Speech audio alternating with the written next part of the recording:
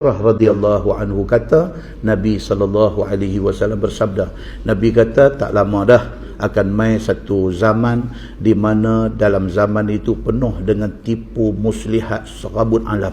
Nabi kata akan mai satu zaman yang Nabi sebut sebagai sanawatun khadda'at.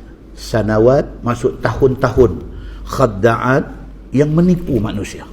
Siapa hidup pada zaman tu, dia jadi manusia yang confused.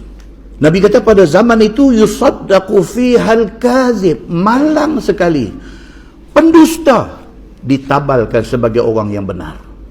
Kaki pembohong, pendusta, dia dijadikan pemimpin.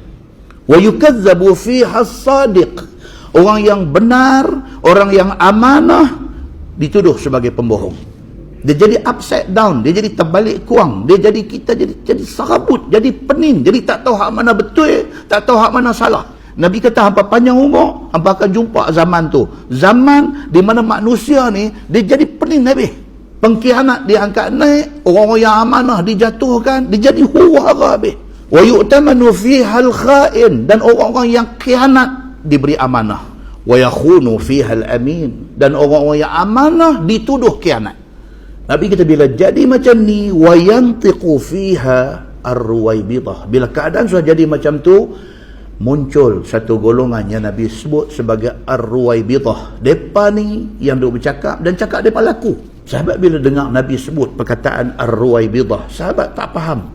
Qila wa ma ar-ruwaibidah ya Rasulullah. Sahabat kata, ya Rasulullah, siapa dia ni yang kata ar-ruwaibidah, yang bila keadaan jadi kelang kabut, huru-hara, upside down, tiba-tiba bangkit satu golongan yang dikatakan ar-ruwaibidah. Depa ni yang duk bercakap, dan depa ni cakap depa orang dengar. Siapa depa ni? Orang Arab kata kalam depa ni kalam masmu'. Masmu' daripada kata sami'a, sami'a dengar. Masmu' maksudnya yang didengar. Kalam depa ni kalam masmu', kalam yang didengar. Depa cakap tu benda tak betul, depa cakap itu tipu, depa cakap itu fitnah, tapi orang dengar.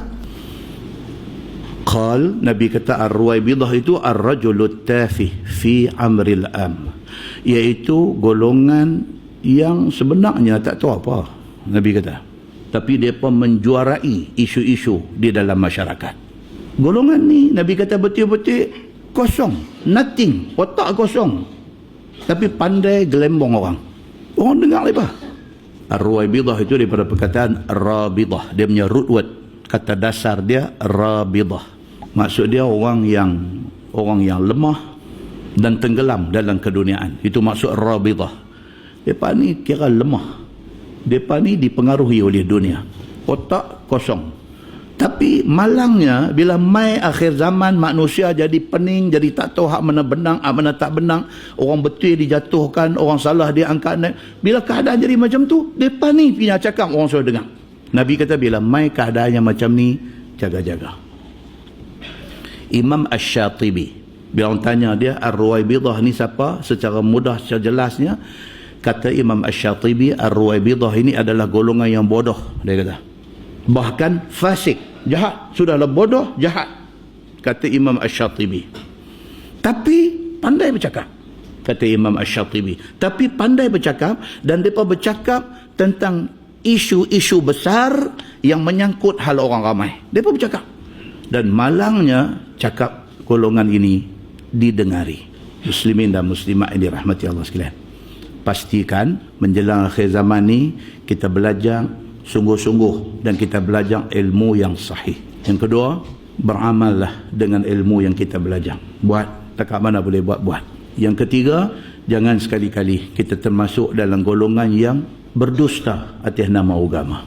Dan jangan sekali-kali kita menjadi pengkhianat kepada agama. Jangan. Dan jangan kita jadi manusia yang nak tunjuk pandai. Tak mahu. Kita tahu diri kita siapa, kita tahu kemampuan kita takat mana, jangan pergi beyond kemampuan itu. Kita mampu takat tu. Jangan lebih daripada apa yang kita mampu, kerana itu akan menipu orang.